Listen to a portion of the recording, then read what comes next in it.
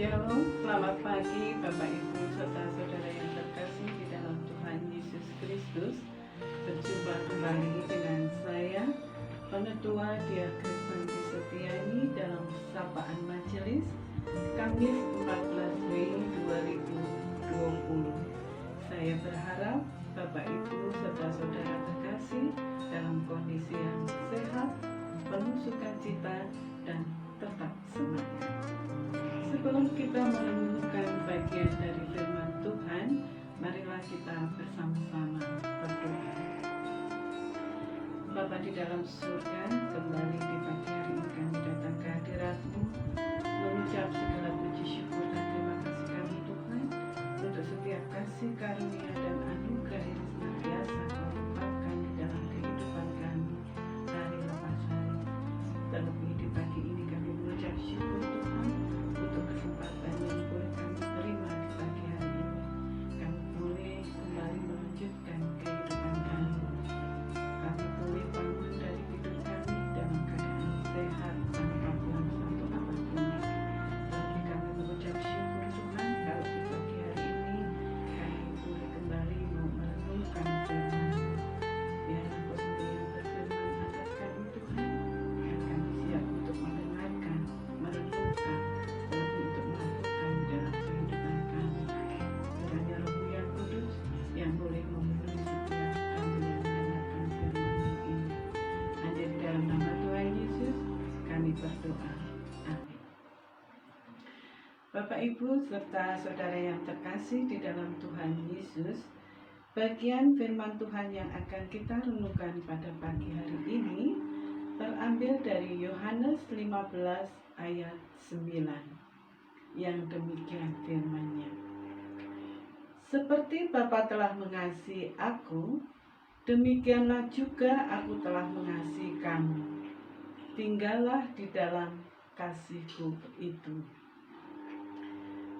Bapak, Ibu, serta saudara yang terkasih di dalam Tuhan Yesus Kristus, saat saya menerima bahan untuk renungan di pagi hari ini, ya saya sedikit agak terkejut. Karena bahan renungan yang harus saya sampaikan sama persis dengan apa yang saya sampaikan di minggu lalu.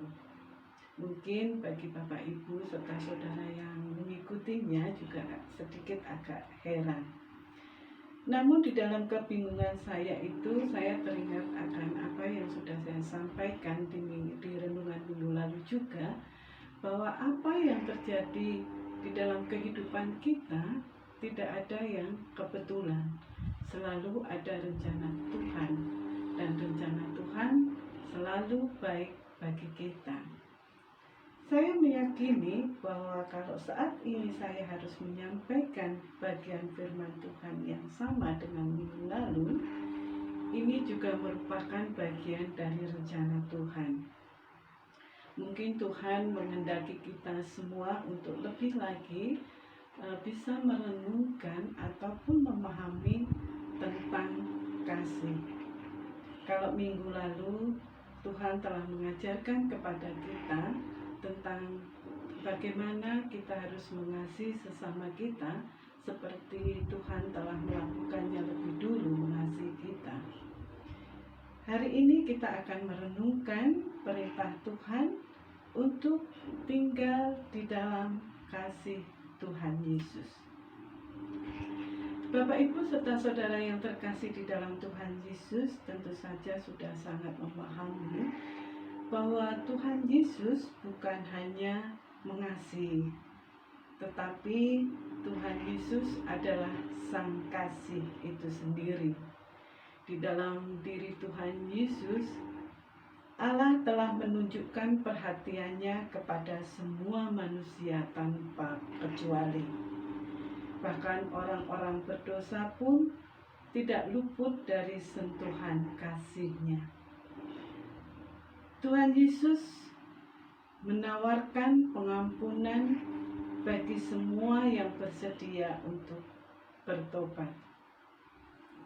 Tentu saja ini berbanding terbalik dengan dunia yang senantiasa menawarkan kebahagiaan ataupun kesenangan menurut versinya sendiri.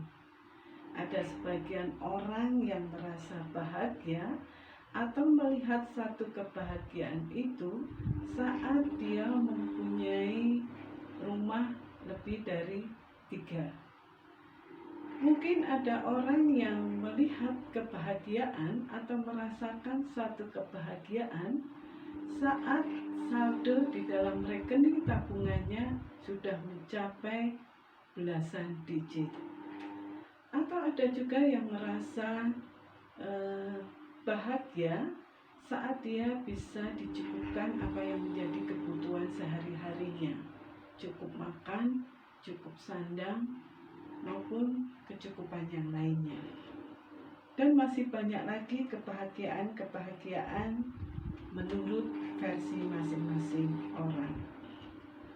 Dan tentu saja kesenangan yang bersifat duniawi cenderung berpusat pada ego pribadi masing-masing.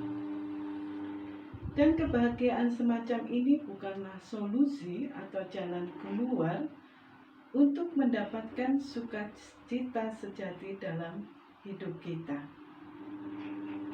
Tuhan sangat merindukan untuk memberikan yang terbaik untuk kita.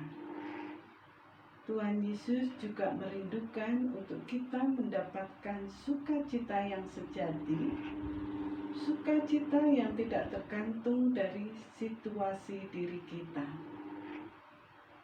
Sukacita sejati adalah saat kita bisa merasakan atau saat kita bisa menyadari bahwa Tuhan Yesus sendirilah yang memberikan kita segala kemampuan, baik kemampuan untuk kita membeli rumah, kemampuan untuk kita bisa melanjutkan kehidupan kita, kemampuan kita untuk meraih kesuksesan, dan kemampuan-kemampuan yang lainnya. Sukacita sejati adalah saat kita bisa merasakan ataupun saat kita bisa menyadari bahwa Tuhan Yesuslah yang senantiasa memberikan jalan keluar dan hasil yang terbaik dari setiap masalah yang kita hadapi. Sukacita sejati adalah saat kita bisa merasakan ataupun kita bisa menyadari bahwa Tuhan Yesuslah yang senantiasa campur tangan dalam setiap kehidupan kita. Pertanyaannya sekarang adalah, dapatkah kita memperoleh sukacita sejati ini? Tentu saja bisa, Bapak Ibu Saudara terkasih di dalam Tuhan Yesus. Untuk mendapatkan sukacita sejati ini tidaklah sulit. Kita hanya tinggal dalam kasih Yesus dan menuruti segala perintahnya. Karena di dalam kasih ada sukacita. Dan sukacita itu akan menjadi penuh jika kita tinggal dalam kasih Tuhan Yesus dan kasih Tuhan Allah Bapa kita.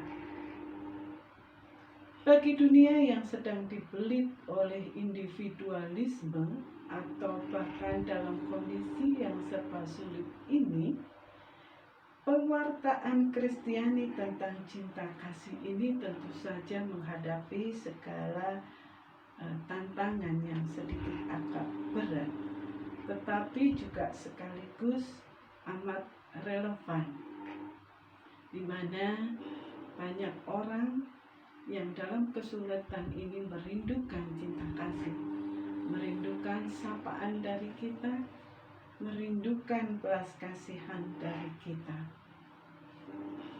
Karena kalau mau jujur, setiap manusia di lubuk hatinya pasti mendambakan cinta kasih dari Allah maupun sesamanya.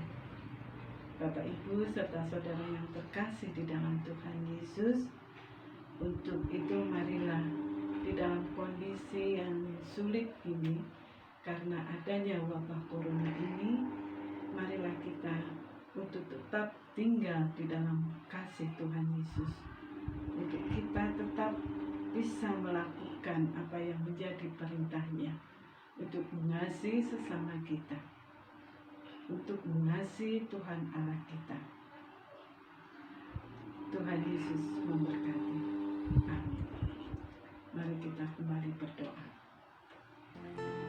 Kembali Bapa, kami datang ke hadirat-Mu. Kami mengucap syukur Tuhan untuk pengajaran yang boleh kami terima saat ini Tuhan. Engkau telah mengajarkan kepada kami untuk kami bisa tinggal di dalam kasih-Mu. Untuk itu Tuhan, biarlah Roh-Mu yang kudus yang senantiasa memampukan kami semua untuk kami bisa tinggal di dalam kasih-Mu. Untuk kami bisa Tuhan memancarkan cinta kasih-Mu juga di tengah-tengah sesama kami yang saat ini sedang dalam keadaan sulit. Bapa, kami juga berdoa untuk setiap saudara-saudara kami yang saat ini tengah dalam pergumulan Tuhan, baik pergumulan di dalam kehidupan rumah tangganya, kehidupan perekonomiannya, pergumulan di dalam keuangannya, di dalam usahanya. Biarlah Bapa juga yang berkenan hadir di setiap saudara-saudara kami ini Tuhan, sehingga saudara-saudara kami ini pun Engkau mampukan untuk bisa melewati setiap pergumulan yang sedang ada di dalam kehidupannya. Bapa, saat ini kiranya kami juga boleh menyerahkan untuk kehidupannya seutuhnya di sepanjang hari ini ke tangan kuasa-Mu. Kiranya Engkau senantiasa memberikan kami sukacita dan damai sejahtera yang dari Engkau. Engkau jauhkan kami dari segala sakit penyakit Tuhan. Engkau jauhkan kami dari segala mara bahaya, dari segala kekurangan, kesedihan, dan biarlah Tuhan Roh-Mu yang kudus yang senantiasa memenuhi kehidupan kami di sepanjang hari ini. Kami juga mohon pengampunan Tuhan kalau di dalam kami merenungkan kepada kami hari ini banyak dosa yang kami lakukan. Semuanya ini kami minta di dalam nama Tuhan kami Yesus Kristus, Juru Selamat kami yang hidup. Terpujilah nama